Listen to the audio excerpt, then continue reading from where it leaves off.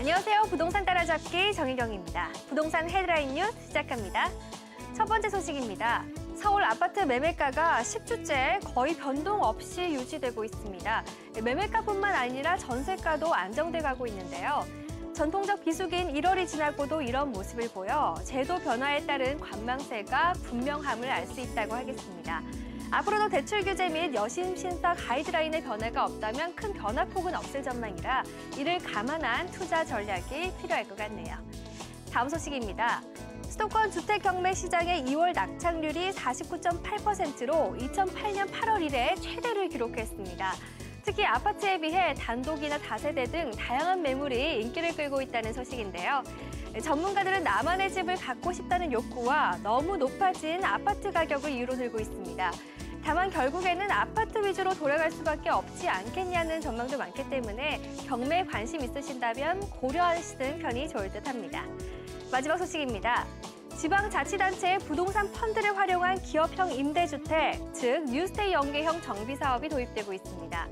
뉴스테이 연계형 정비사업은 장기간 지체된 재건축, 재개발 등 주거 환경정비 사업장을 대상으로 일반 분양분을 리츠나 부동산 펀드의 뉴스테이로 통매각해 사업을 추진하는 방식인데요.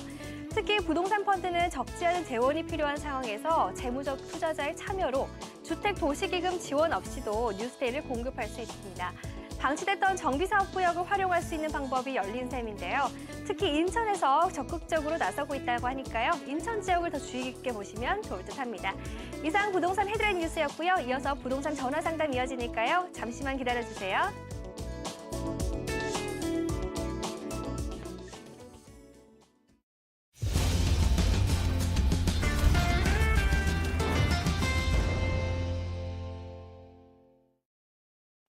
네, 부동산 따라잡기 2부 오늘도 힘차게 시작해 보도록 하겠습니다. 핫한 부동산 이슈 짚어보고요. 전화 연결을 통해서 시청자분들의 부동산 고민과 궁금증 풀어드리는 시간 갖도록 하겠습니다. 오늘 상담번호 02797-0300번, 797-0300번 열려 있으니까요. 지금부터 고민 있으신 분들은 이 번호로 연결해 주시면 되겠습니다. 그럼 오늘 이슈와 상담 함께 해주실 분 소개해드리겠습니다. 국토개발연구소의 이윤환 대표님입니다. 안녕하세요. 네, 반갑습니다. 전국에 계신 시청자 여러분. 자, 3월입니다. 봄이 왔는데 부동산 시장은 특히 이제 매매 시장 같은 경우는 아직 봄은 아닌 것 같아요. 중요한 건 여러분, 우리 시청자분들의 이제 고민, 지금 상황에서 앞으로 어떻게 내가 시장을 이해하고 또 내 가지고 있는 고민을 풀어낼 것인가 중요하니까요. 많은 고민을 위해서 많은 전화 부탁드리겠습니다. 네, 본격적인 고민 상담 전에 오늘의 이슈 준비하셨다고 들었는데요. 어떤 내용인가요? 네. 자, 지금 앞전에 우리 아나운서께서 뉴스에 대한 부분으로 최근 10주 동안 아파트에 대한 거래량이 이렇게 변동이 별로 없다라고 했어요. 자, 그거에 대한 부분으로 봄 이사철이 됐는데 자, 아파트의 시세 주간 변동률에 대한 부분으로 좀 어떤 시장으로 지금 이어가고 있는지에 대해서 말씀을 좀 드리고 싶은 게요. 우선 전세 시장 이렇게 노란 그래프로 돼 있는 곳이 이제 서울, 수도권, 지방 전체적으로 전세 금액 0.05% 그리고 0.3% 해가지고 좀 가격이 올랐고요. 자, 매매 금액 같은 경우는요. 0.01% 또 0.01% 해서 전체적으로 매매 금액은 약간 하락이 됐습니다. 이 중에서 서울에서의 강북 같은 경우는요. 오히려 사실은 0.01%가 올랐습니다. 하지만 재건축이라든지 강남 같은 경우는 0.02%가 내렸거든요. 자, 그래서 지역에 대한 편차를 평균 가감했을 때 평균적으로는 한 0.01%가 내렸다라는 걸 볼 수가 있는데 자, 중요한 건 이런 것 같아요. 자, 전세금은 오르고 매매금은 이렇게 하락하고 있는 상황에서 지금 간만세보다는요, 정말 그야말로 부동산 시장이 약간 지금 경직된 모습으로 이렇게 가고 있는데 이 상황 속에서 지금 부동산 시장의 중심은 그야말로 전세고요. 그리고 실수요자, 실거주자에 의해서 시장이 움직이고 있다는 것을 명심을 하셔야 돼요.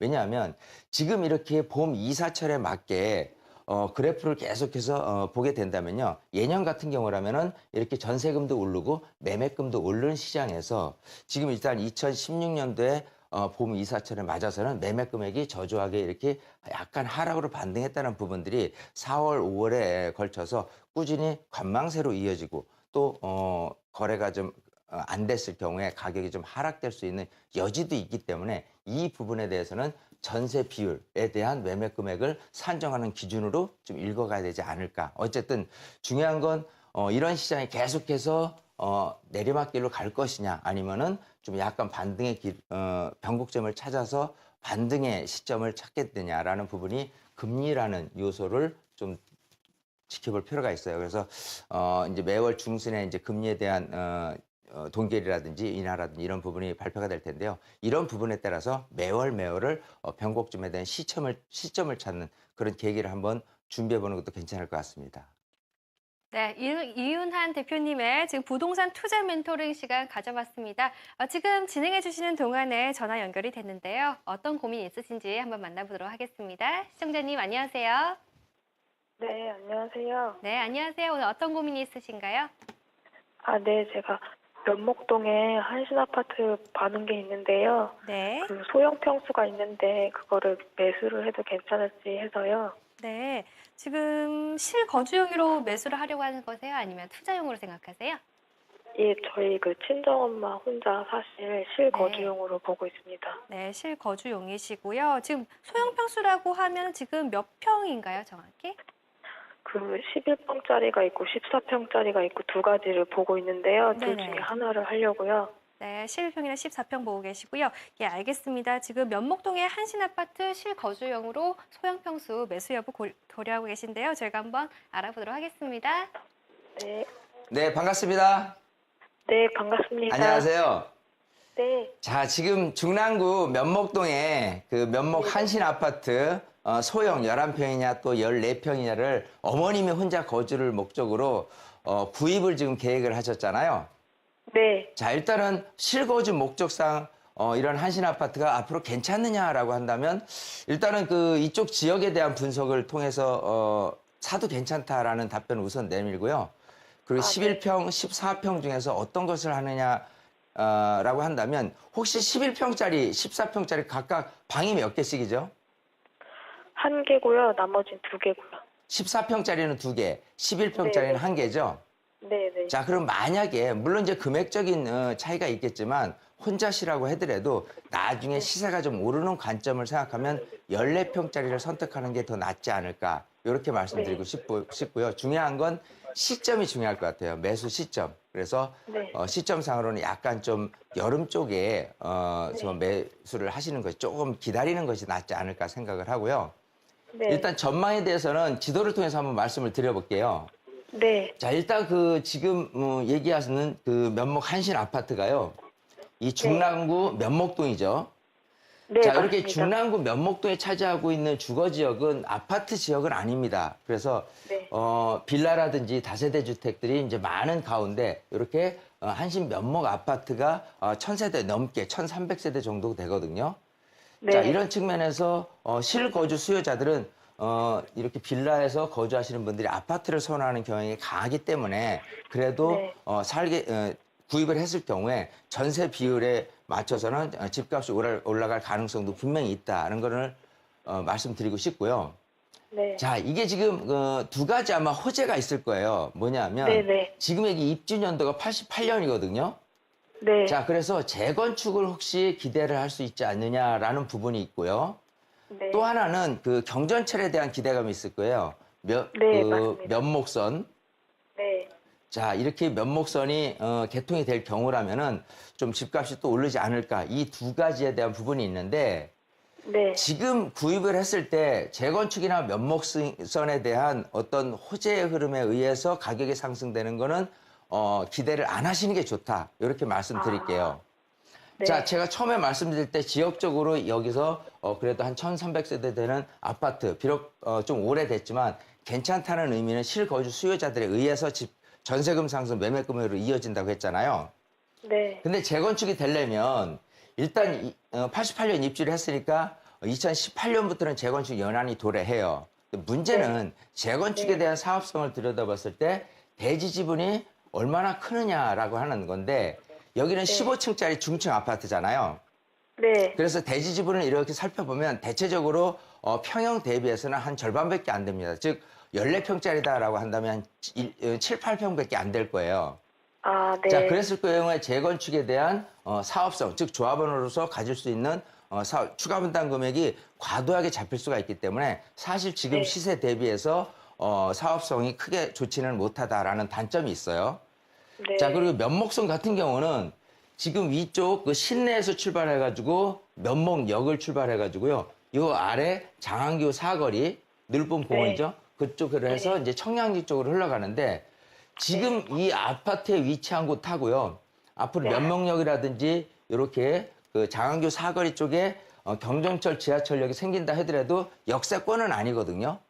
네. 자, 그리고 이제 면목선이 2017년부터 착공을 지금 계획을 하고 있습니다. 한 5년 걸려서 2022년도에나 개통을 앞두고 있는데 네. 역하고 가깝지도 않고 아직도 개통이라는 부분은 한 6년, 7년 정도는 더 남아있지 않겠느냐. 그렇기 때문에 교통에 대한 호재 그리고 재건축의 호재에 대해서 기대하는 거는 조금 무리고요. 그냥 단순하게 이 근처에서 실거주 수요자들 전세금 상승에 맞춘 매매 금액으로 이어질 경우에 선택하시다. 단 11평 원룸 형태보다는요. 투룸 쪽이 14평이 훨씬 더 전세금 상승이라든지 아파트 가격 상승으로 이어질 가능성이 높으니까 14평을 선택하시는 게 좋을 것 같아요. 아, 네, 알겠습니다. 네. 네, 감사합니다. 네, 첫 번째 시청자님부터 한번 만나봤습니다. 지금 면목동의 한신아파트 보고 계신데 실거주용으로는 매수 괜찮다는 의견 주셨고요. 또 이 항후 차익까지 고려한다면 14평 쪽으로 무게 실어주셨습니다. 참고하셨으면 좋겠고요. 네, 저희 이어서 한번 다음 전화 받아보도록 하겠습니다. 시청자님 안녕하세요. 네, 안녕하세요. 네, 안녕하세요. 오늘 어떤 고민이 있으신가요?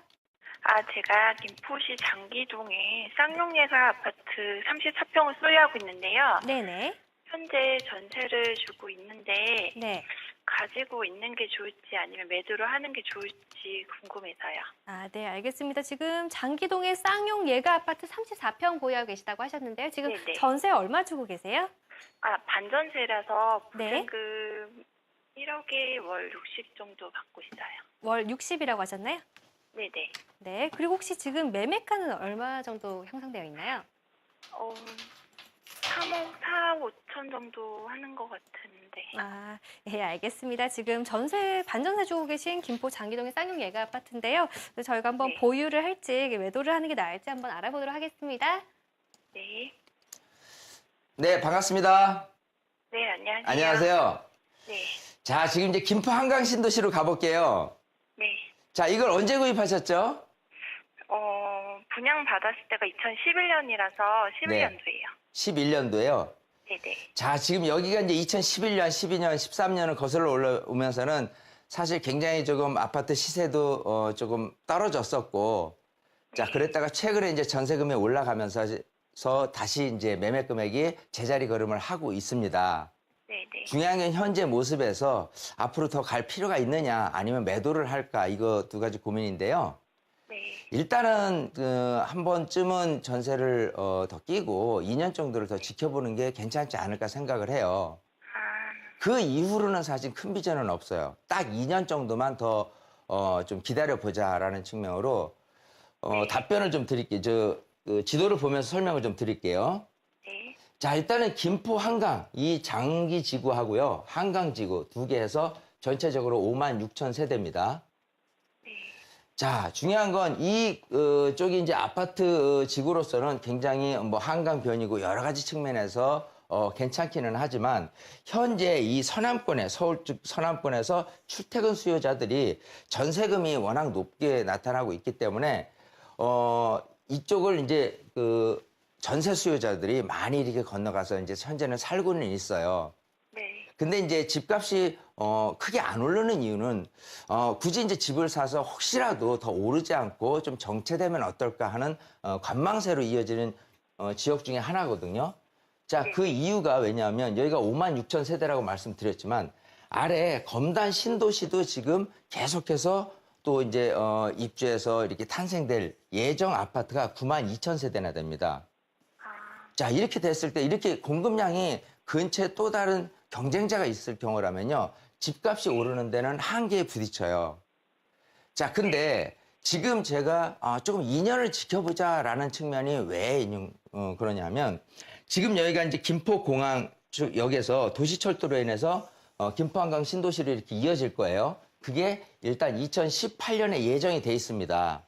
네. 자, 그리고 이 오른 왼쪽을 보면 서남권에 이 마곡지구가 지금 계속해서 이제 입주를 하고 있어요.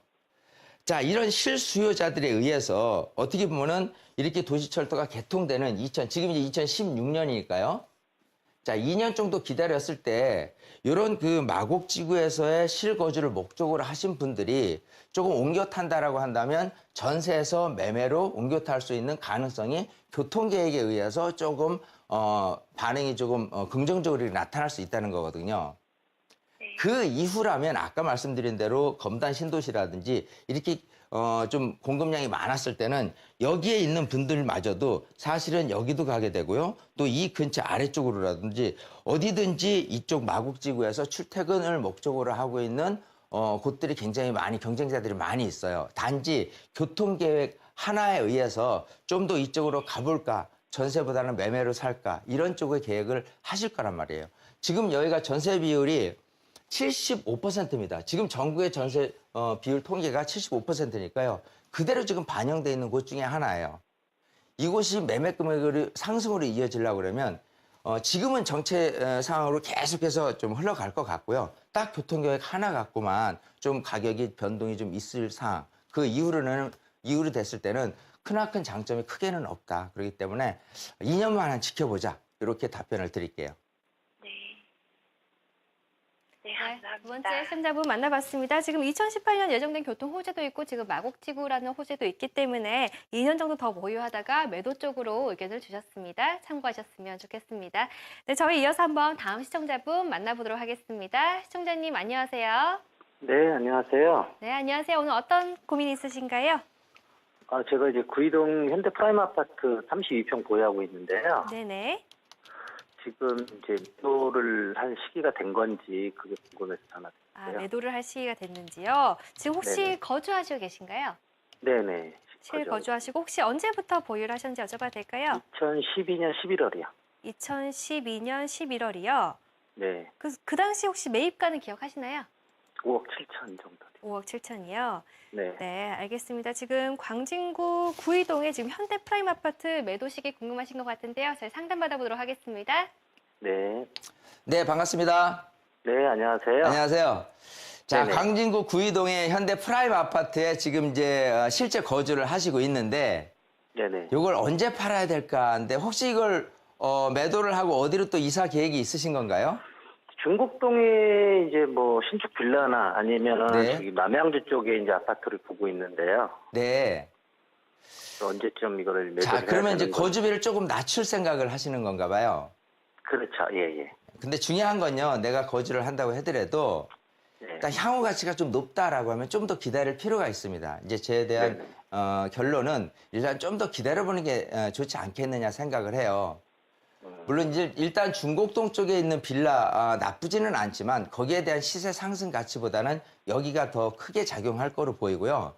또 네네. 남양주에 그 보신 그 주택이 아마 그 다산 신도시나 이런 그 새 아파트에 대한 부분이 있을 겁니다. 네네. 그런 것들도 2018년에 입주 예정이고 또 이제 그쪽에 이제 8호선 연장이라든지 이런 거는 2022년도이기 때문에 그때 가서 고민을 해봐도 괜찮지 않을까. 어쨌든 지금 2016년도 내에서 향후 네. 2, 3년 정도는 더 가져가도 괜찮은 아파트가 아닐까 생각을 해요. 자, 그 이유를 이제 지역적인 설명을 통해서 말씀을 드릴게요.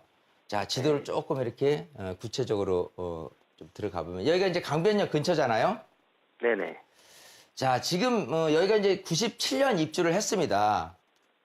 자, 그리고 세대수는 한 1600세대 정도 돼요. 네네.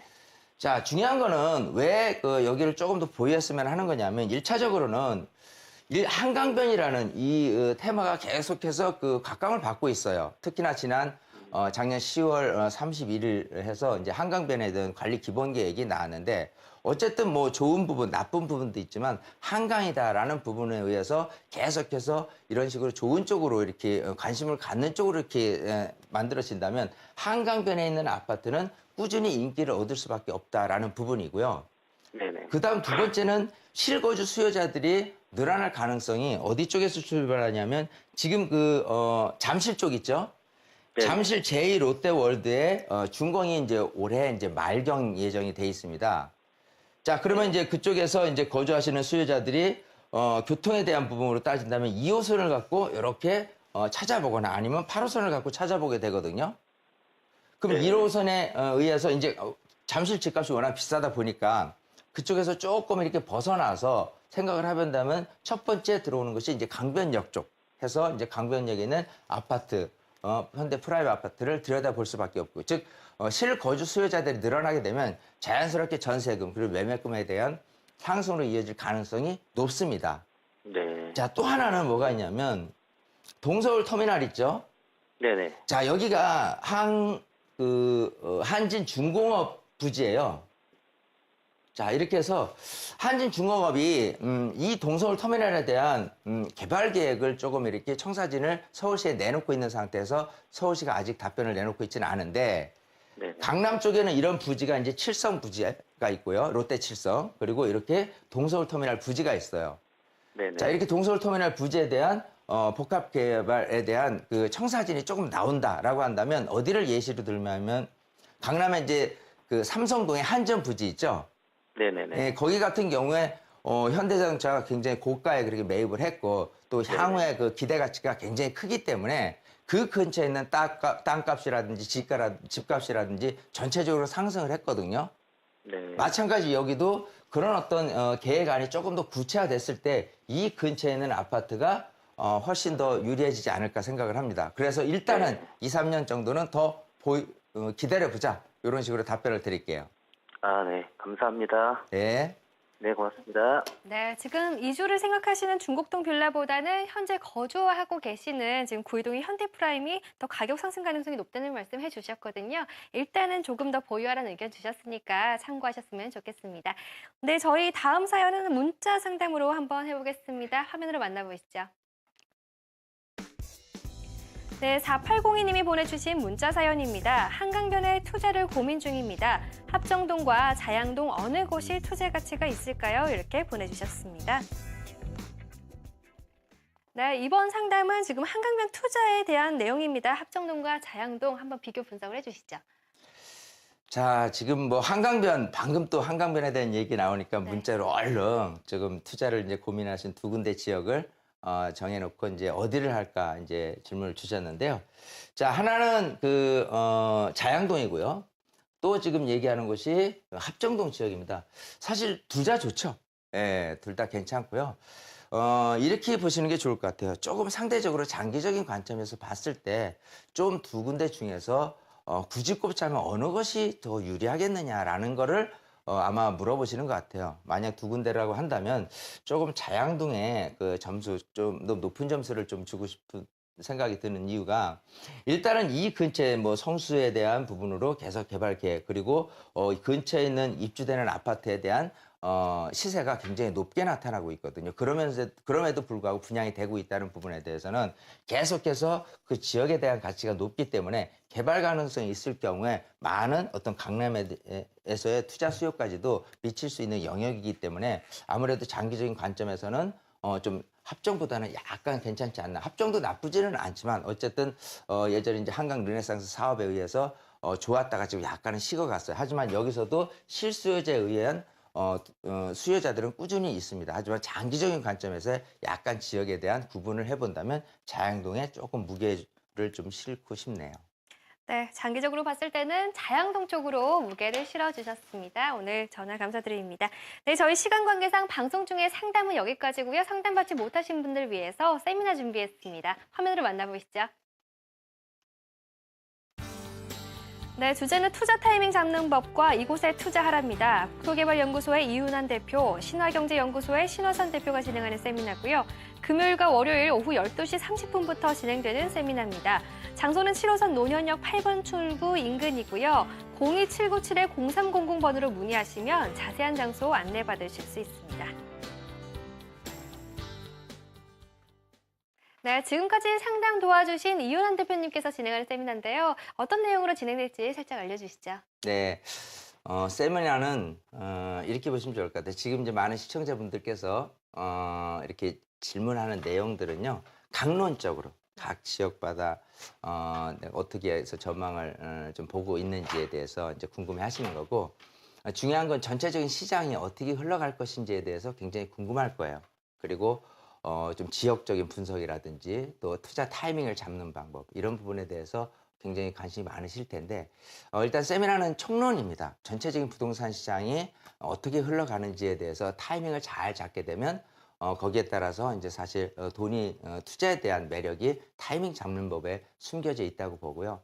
또 나머지 지역적인 분석, 또 이제 세금까지 터치도 해주고요. 네. 여러 가지 안고 있는 고민들을 현장에서 풀어내는 시간들이 아마 굉장히 좀 유익하지 않을까 생각을 해요. 그래서 백문이 불여일견, 백견이 불여일행입니다. 그래서 그냥 보는 것에 만족하지 않고요. 그다음 그야말로 행동으로 이어서 여러분들이 직접 오셔서 많은 여러분들의 시간으로 좀 유익하게 지금 활용을 잘 하셨으면 좋겠습니다. 네, 알겠습니다. 세미나 많은 관심 부탁드리겠습니다. 네, 오늘 함께 해주신 분 국토개발연구소의 이윤환 대표님이었습니다. 감사합니다. 감사합니다. 네, 오늘 저희 이렇게 시청자분들과 상담 나눠봤는데요. 방송 중에 전해드리는 상담 내용과 투자 정보는 전문가 조언과 참고 자료들입니다. 부동산 가치의 상승과 하락에 대한 전망이 반드시 보장되진 않고요. 투자 판단과 책임은 시청자 여러분의 몫이라는 점 양지하시기 바랍니다. 저희 매물 소개로 돌아올게요.